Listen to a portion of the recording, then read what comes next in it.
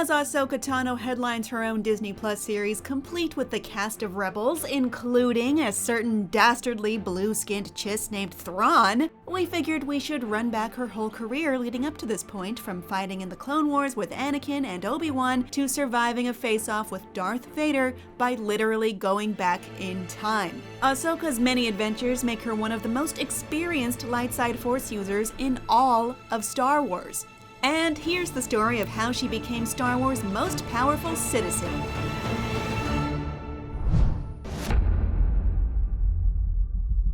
Most of Ahsoka's backstory is filled in here, as we typically don't see her depicted in her very young pre-Jedi Padawan life. Episode 1 of Tales of the Jedi shows Ahsoka as a newborn and fills in much of Togruta culture, or at least at her specific village. Baby Ahsoka is born much to the excitement of the entire village, and by the time she's a year old, her mother takes her on a hunting trip as a rite of passage and to learn the meaning of life and death. When they're attacked by a predator, Ahsoka's mom tries to fight it off, but is quickly overwhelmed before more villagers show up to help, but not before the creature takes Ahsoka away in its mouth, running away into the forest. Ahsoka calms the angry beast with a mere touch and look, and just as the entire village mounts a rescue attempt that night, baby Ahsoka is seen riding the now tamed beast back home, and the whole village comes to know Ahsoka is special. She's Force sensitive. She's Jedi. Not long after this, Jedi Master Plo Koon discovers Ahsoka and takes her to Coruscant to train at the Jedi Temple. Ahsoka's next canon appearance is actually the first time any of us had seen her, when she walks off a transport off Christophsis and introduces herself to Anakin and Obi-Wan. I'm Ahsoka.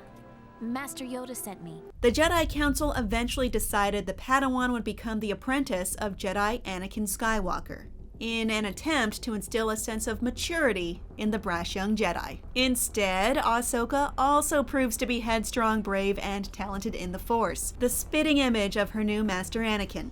The two butt heads early on, but over time Anakin takes a shine to his new protege, affectionately nicknaming her Snips.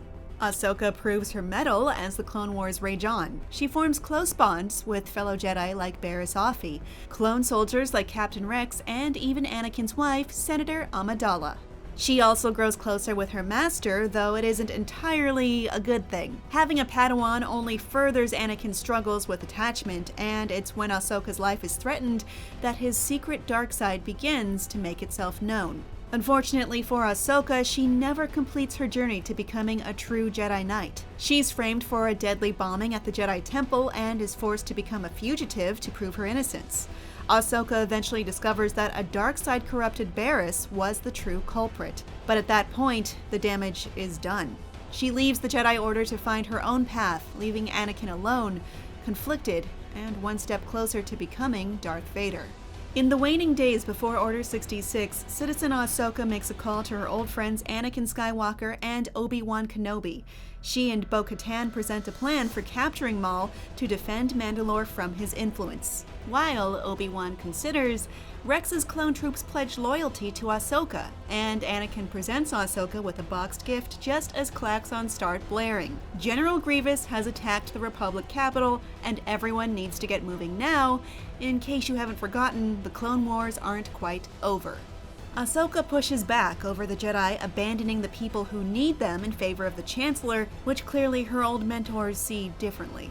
Ahsoka cannot commandeer any clones as she's no longer part of the Jedi Order, merely a citizen now, in her own words, doing what's right outside the auspices and approval of the Jedi. Though she's clearly still very important as an individual to Anakin and Obi-Wan, and as a compromise, Anakin promotes Rex to commander and sends forces under him with Ahsoka to help Mandalore, while the rest of them attend Coruscant. Further showing his affection and commitment to his former Padawan, Anakin gifts Ahsoka her newly improved dual lightsabers, and they split to fight on two fronts. In confrontation on Mandalore, Maul reveals to Ahsoka that what will be Order 66 is happening imminently, and Ahsoka reveals the name Darth Sidious to Obi-Wan, who has some ideas but wants Ahsoka to capture Maul so he can put together the missing pieces to the Sith puzzle. Obi-Wan reveals to Ahsoka alone that Anakin is on a secret mission to spy on the Chancellor, who is under suspicion. An idea she finds incredulous, but the rest of us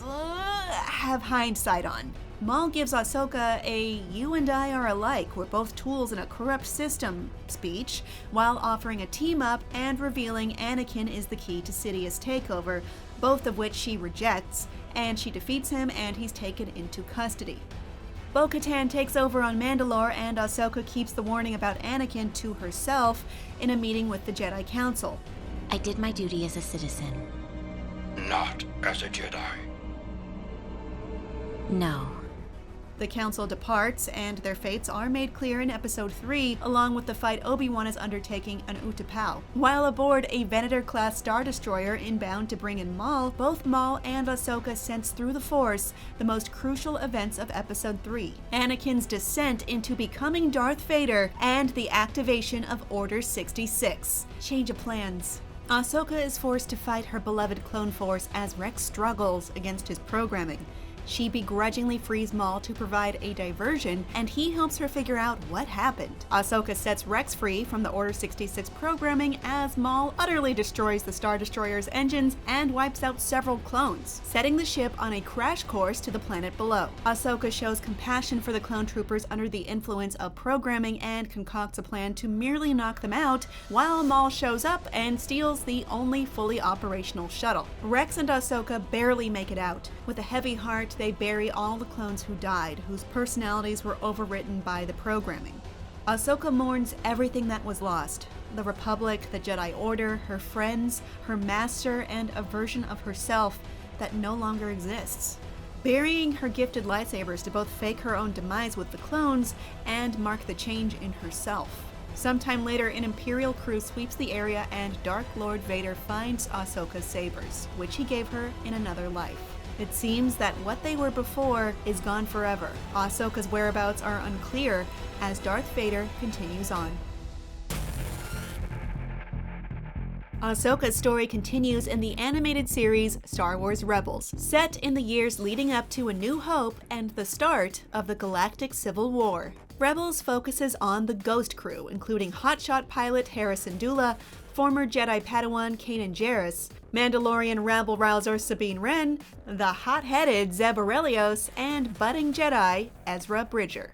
Ahsoka herself only plays a small role in the series' first season, where she appears as the mysterious rebel agent Fulcrum, revealing herself to the Ghost Crew in the Season 1 finale. Ahsoka becomes more of a main character in Rebels Season 2, helping the Ghost Crew deal with the growing threat of the Empire and the Sith Inquisitors. She takes a special interest in Kanan, who struggles to embrace his role as a teacher to young Ezra. Having been ostracized from the Jedi herself, Ahsoka knows what it's like to be adrift in the Force. Over the course of Season 2, Ahsoka finally discovers the truth about her old master. Anakin wasn't killed along with the rest of the Jedi Order, but instead fell to darkness and became Darth Vader. Season 2 culminates in the long-awaited reunion between Ahsoka and Anakin, as the Spectres battle the remaining Inquisitors on the Sith world of Malachor. Even Maul shows up to join the fight, though it isn't long before he betrays his new allies. What a shock. It's here that Ahsoka finally duels Vader, promising to earn vengeance for the metaphorical death of Anakin Skywalker. When Vader reminds her that Jedi don't believe in revenge, Ahsoka utters what may be her most iconic Star Wars line ever. I am no Jedi.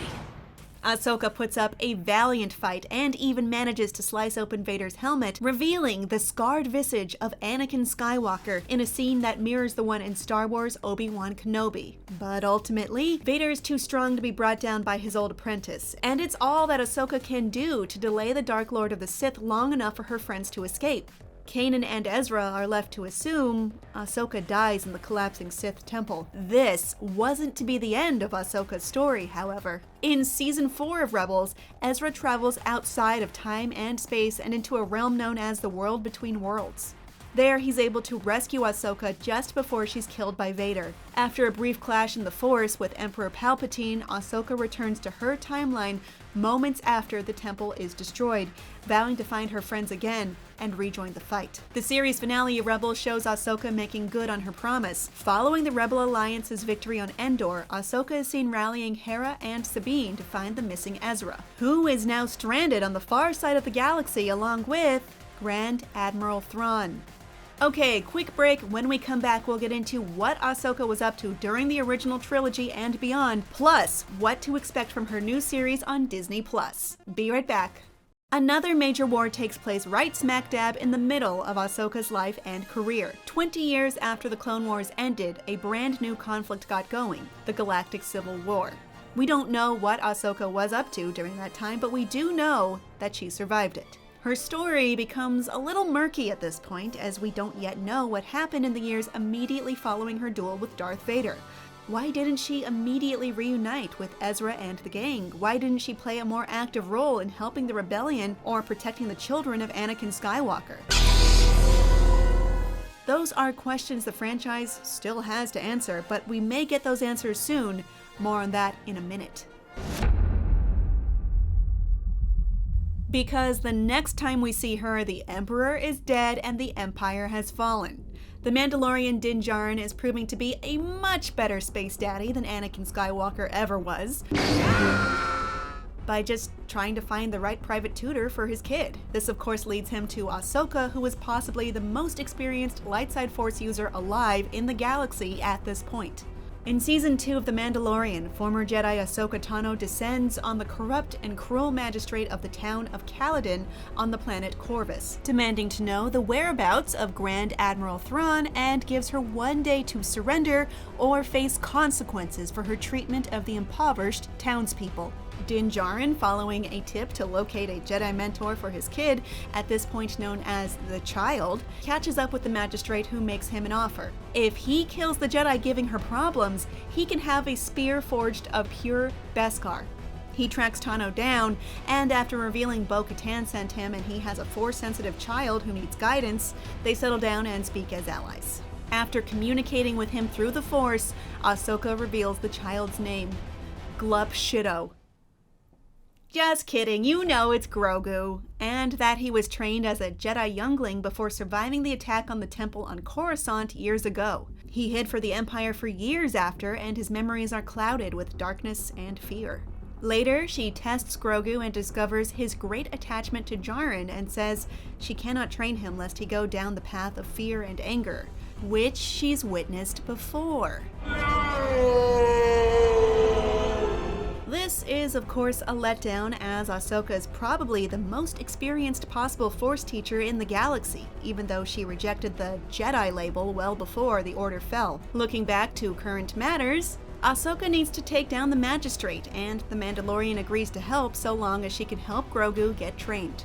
They are successful, they liberate the townspeople, and Din gets the spear. He attempts again to get Ahsoka to take Grogu under her wing, but she instead directs him to the Seeing Stones of Tython, where Grogu can connect with the Force and decide his own direction. She leaves them one last warning: other Force users may sense him through the Force and come looking, and that there are barely any Jedi left at all. Ahsoka also appeared in the episodes of the Book of Boba Fett that had nothing to do with Boba Fett. Instead, we casually find out that Ahsoka and Luke Skywalker totally know each other. Luke is training young Grogu, and Ahsoka seems to be consulting as Luke builds his new Jedi Academy. Just like when she appeared in The Mandalorian, she's mostly there to explain the Jedi and their wacky, high-demand religion to Din Djarin, a guy who also comes from a pretty wacky, high-demand religion. This is the way. This is the way. Right, anyway, as she's quick to point out, Ahsoka is no Jedi, and she has her own fish to fry. And that brings us to the start of Ahsoka on Disney Plus. In many ways, this series looks like it will simply be the live-action sequel to Star Wars Rebels, as Ahsoka, Sabine Wren, Hera Syndulla, and that motherfucker Chopper are all back, ready to continue their hunt for Grand Admiral Thrawn and hopefully some word on what became of the Jedi Ezra Bridger, who hasn't been seen since zapping off to who knows where in the Rebels finale. If they find Thrawn, they'll find Ezra, and there are rogue, dark Jedi roaming around out there, and we'll figure out what their whole deal is when the Ahsoka series gets going. The series will pit our heroes against a new group of Dark Jedi, Baylan Skoll and Shin Hati, as well as Grand Admiral Thrawn himself. The series will delve deeper into the mysteries of the world between worlds and give fans more insight into how the dying Empire evolved into the First Order. Ahsoka and Thrawn are both believed to play major roles in Dave Filoni's upcoming untitled live-action Star Wars movie, which ties together The Mandalorian, The Book of Boba Fett, and Ahsoka. Ahsoka's only other appearance after this point in the Star Wars timeline comes as a vocal cameo in Star Wars The Rise of Skywalker, as her voice is heard among the chorus of Jedi who urge Rey to finally defeat Emperor Sheev Palpatine. Does this mean Ahsoka is dead by the end of the sequel trilogy, or will we learn she had a part to play in the war between the First Order and the Resistance? If we've learned anything about Anakin Skywalker's old Padawan, it's that you should never count her out.